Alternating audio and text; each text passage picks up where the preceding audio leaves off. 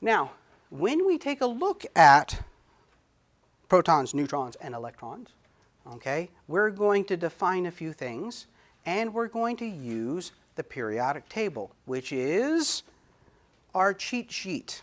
Okay, a periodic table actually gives a whole lot of answers to problems.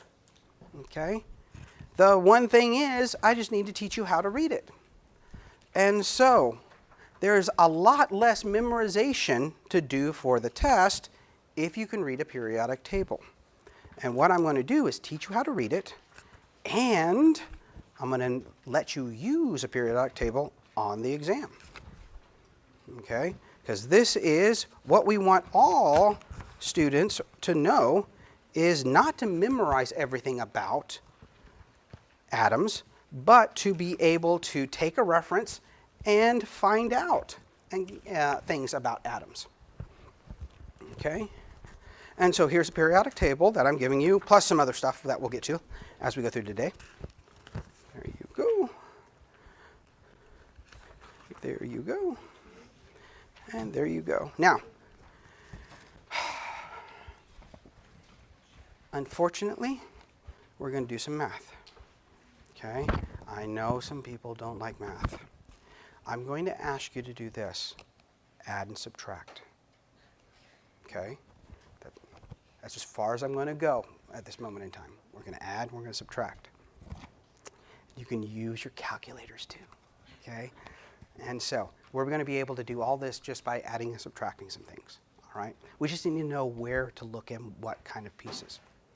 Now, here's the thing too. Things about scientists, we're kind of lazy.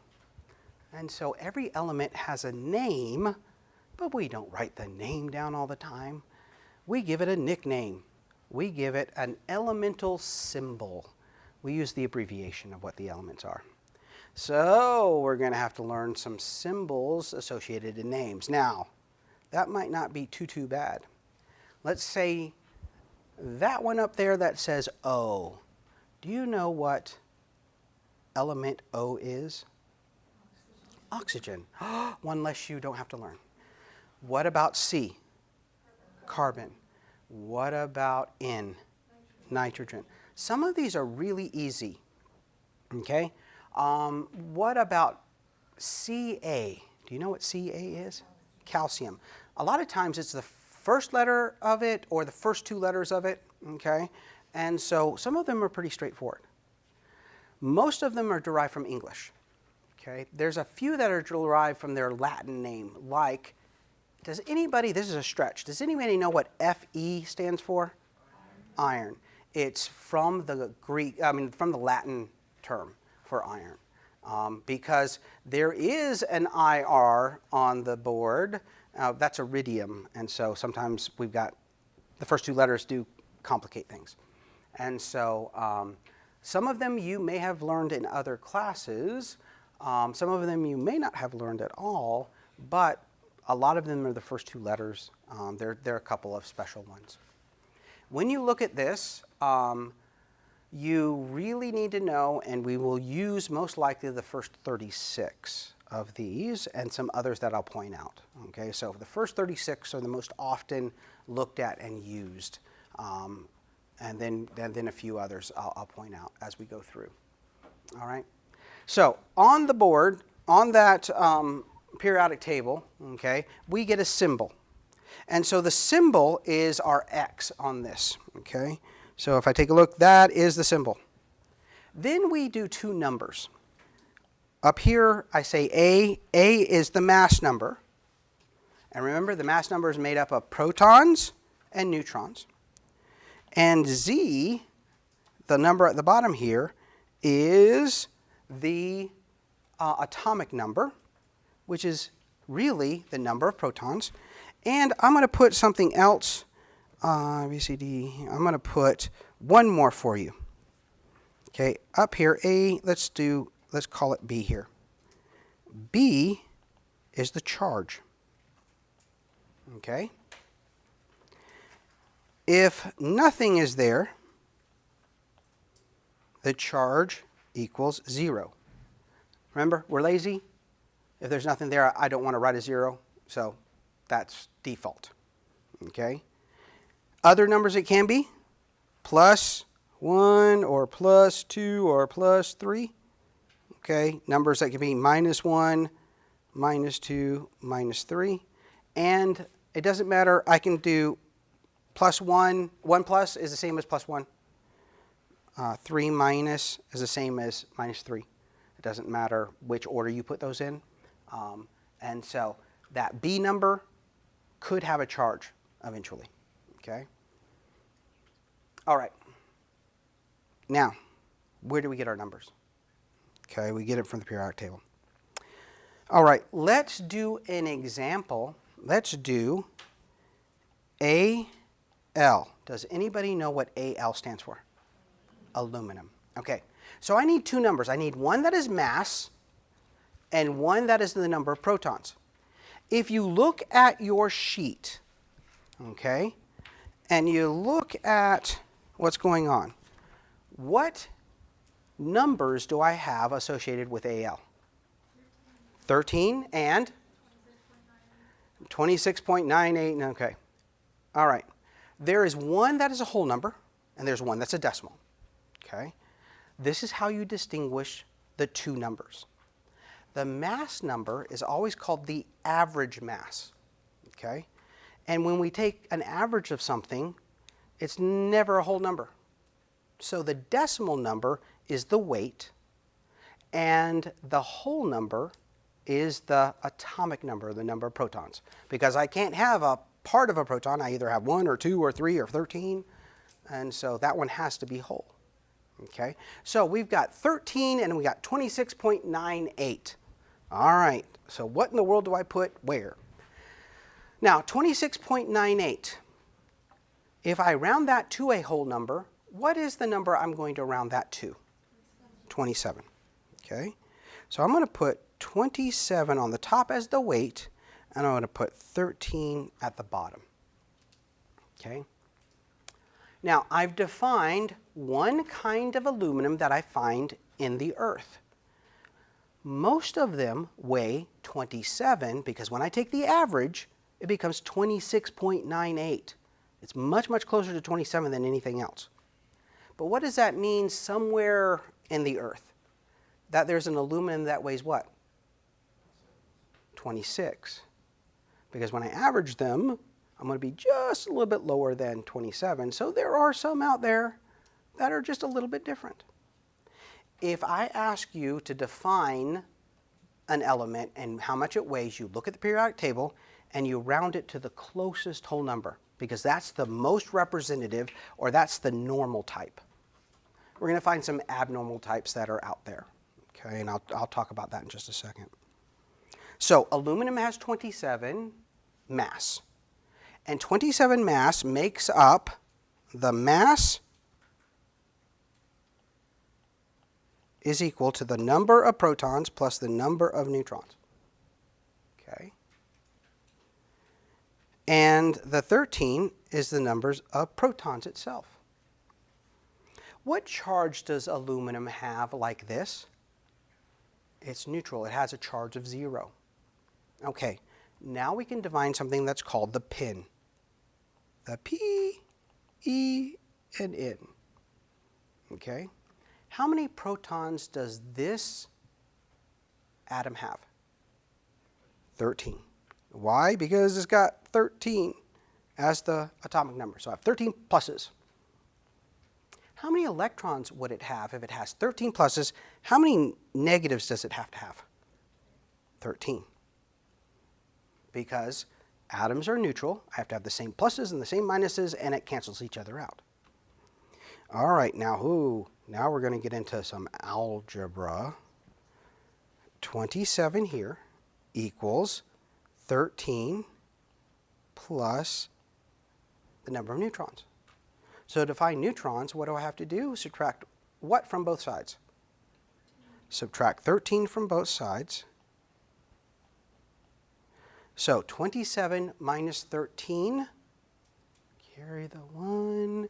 What do you come up with? 14. All right, that is great. And nobody pulled out their iPhones to calculate that out. Okay? You have just defined how that atom is made up. It has 13 protons. It has 13 electrons, and it has 14 neutrons. Okay?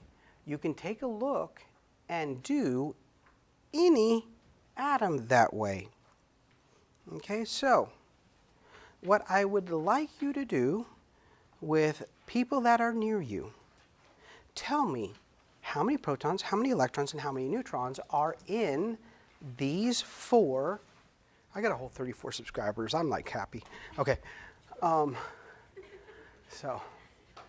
right, the PENN. So let's try this out. Okay. The first atom, does anybody know what its name? Silicon. Okay. Silicon has how many protons? 14. How many electrons? 14. And how many neutrons? 14. That came from 28 mass minus 14 protons equal the number of neutrons. Okay. What is Na? Sodium. That one is from a Latin name. How many protons? 11. How many electrons? 11. And how many neutrons? 12. And again, that came from a mass of 23 minus the protons is leaving me with the neutrons. All right, what about carbon? How many protons? 6. How many electrons? 6. How many neutrons? That must be the devil's element. Okay, so let's try this. Nitrogen?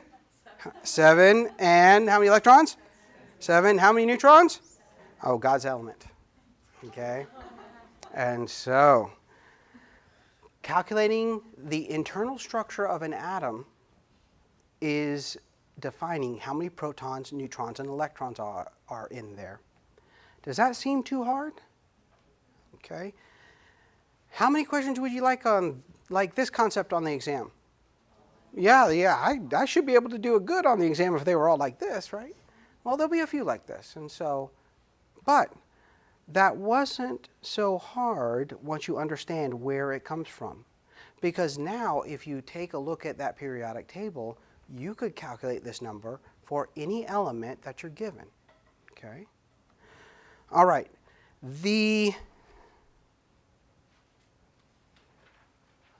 Nucleides, okay.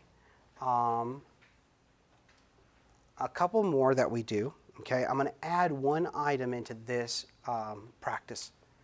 It's going to do PEN, how many protons, neutrons, and electrons there are. Okay, got that? All right. Then you're going to tell me, is this the normal or the most representative one, or is this not? Okay. And so some of them will be exactly what you would have expected by looking at the periodic table. But some of them are going to be not the one that you expected. So that's the addition. Okay, so take a few minutes and let's figure this one out. Magnesium, how many protons? 12. Electrons? 12. Neutrons? 14. Is this what you would have predicted? No. The mass, if you would have predicted from the periodic table, would have been closer to what? Would have been 24. Okay. Bismuth, Bi, how many protons? 83. How many electrons? 83. How many neutrons? 126. Okay. Is this the normal version? Yes. All right. Bismuth, that weighs 207. How many protons? 83. How many electrons? 83. How many neutrons on this one? 124. 124. And this is not the normal version. Gold, Au, gold. 79, right? And 79. And then what is the weight? 118. Is this the normal version? Yes. All right. When we define an atom and give a specific weight and a specific atomic number, it is called a nucleide. It's a defined version. Okay? And so, this bismuth here and this bismuth here are defined nucleides. The one that you would have predicted if I asked you to look at the periodic table was the first one. Okay? So there was a relationship between those two. We could call it brother and sister. Okay? We don't call it brother and sister. What we call them are isotopes. They are two different isotopes. That's their relationship. Isotope. So that's one isotope and that's one isotope. The bismuth that weighs 209 is a defined nuclide, and this is a defined nuclide, but if I compare the two, those are isotopes of each other. Okay? And so, what is the difference between them? Number of neutrons. It is simply the weight. Okay? And the number of neutrons doesn't affect what it is, because the number of protons defines what element it is, and it doesn't affect how it reacts. It's like one went on Weight Watchers and one didn't. That was basically what it is. They're a little bit different. And when we go to the periodic table, what we do is we give you the average masses of all that we see. And so if I pick up a group of bismuth, then how do I describe that? Well, it's kind of like when everybody in this class takes an exam, I can describe the whole class by giving you the what? The average of the exam. Okay? And so when the class averages 99, that means some people got 100 and some people got 98, right? And the average, I would describe you as a 99 class. And so that's what we do, is we represent that. And if you take a look at all of the elements on that periodic table, well, most of the elements on the periodic table have decimal places. Can you see any of them that do not have decimal places, that have whole numbers as their weight? Okay. The 104 has a weight of, in parentheses on that one, 260 what? 1. Okay. What happens there is that one doesn't stay around long enough for us to even measure it. It's radioactive and it decays. It actually falls apart, and it falls apart fast enough that we don't have enough time to measure it. We just know it exists, and this is what we, from experiments, believe it to be. But many of those elements are man-made, and they live for less than a second.